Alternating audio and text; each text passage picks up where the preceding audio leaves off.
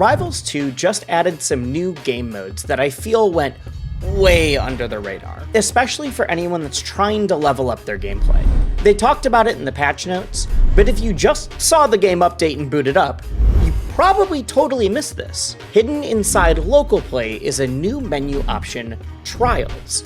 And in here are 3 new minigames/training tools. I want to go over each of these and let you know what's up, but I've also got some stuff I'd love to see them improve with each of these modes I'll talk about at the end. Quick interruption, remember to use code wisely in the in-game shop next time you buy something. It's a win-win. New as of February 18th, we've got Target Test, Edgeguard Training, and Eye Break. Target Test isn't technically new, but now you don't need to play through the first few levels of arcade mode to get to it, which is something I've been asking for since the game came out.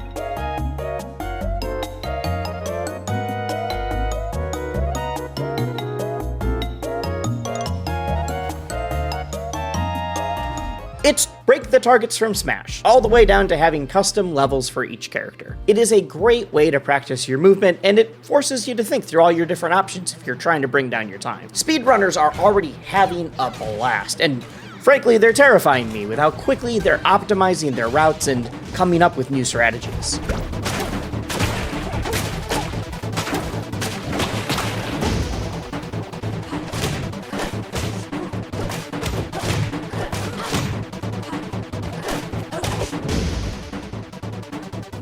Edgeguard Training is exactly what it sounds like, an endless stream of Zetterburns trying to get back to the stage for you to swat away.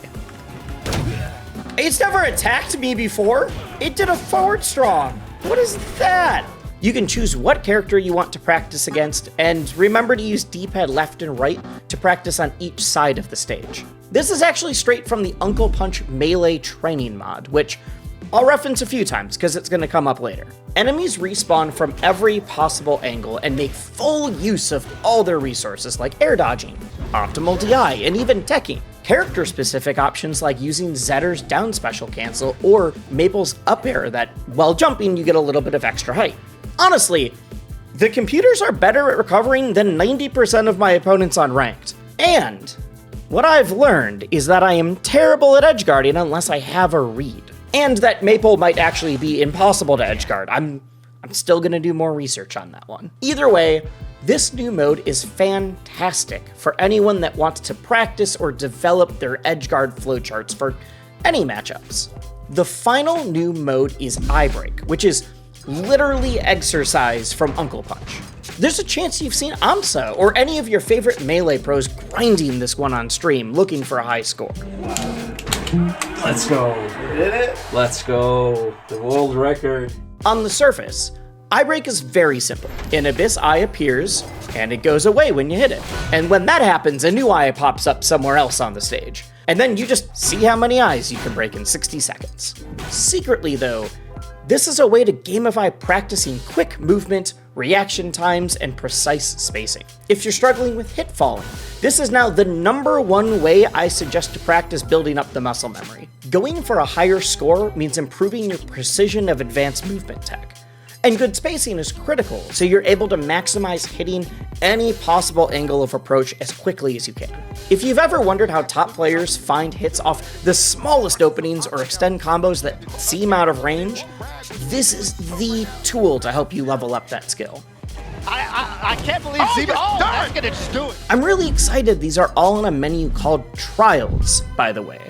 Combo trials in traditional fighting games are a way to teach new players about the game mechanics and what's possible in the game engine. And I'm really hoping we get more trials, training modes, and practice disguised as minigames in the future. Like, I can easily imagine a combo trial that introduces your character B&B combos, or a wall tech practice trial, or an obstacle course with time goals that can only be completed with advanced movement tech. I'm super pumped this stuff is in the game now, and I'm really glad that there seems to be a framework for adding more of these in the future. That being said, there are some issues with the current version of the trials though. Starting with a small nitpick, please add a restart button or a menu option in Target Test. If you messed up a route and want to restart, forcing a player to go back to the main menu before re-entering the stage as a total momentum killer. We can already reset multiplayer matches instantly, and it'd be great to see that tech applied here too. Also, less necessary, but I'd love a way to see a global leaderboard, especially if I could watch the top 10 times. I've seen some games give you a separate leaderboard with just your Steam friend times too, and I would definitely start grinding more to gloat over the homies. I know that Rivals wanted issues with cheaters spoofing times in their in-game leaderboard, so obviously it would need to be verifiable, and I'm sure that's a whole huge time sink in and of itself, but man, I'd love to see that in the future.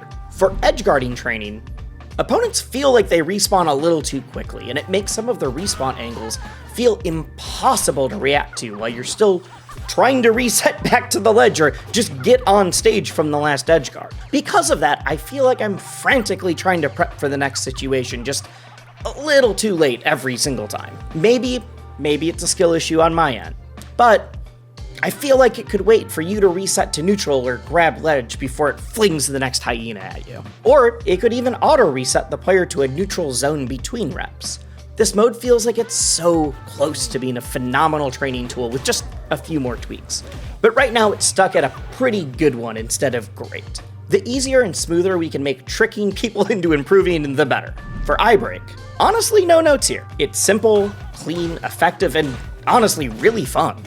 I guess the same leaderboard request as target test could be here, but I'm actually okay with no reset button. Since the skills you're trying to build up is on-the-fly decision-making and movement control, we probably shouldn't encourage people to reset every time they whiff an eye. But this mode is the one I hope the team takes the most notes from while building out more trial minigames down the road. Like, I had to stop myself from playing it more just so I could record this video. Honestly, these trials are a solid first pass at something we've literally only seen in training mods for platform fighters before. Putting something into the base game that used to only be known to the most die-hard niche competitors is a great choice. And hiding improvement behind a fun minigame should ease a lot of people into intentionally improving more too.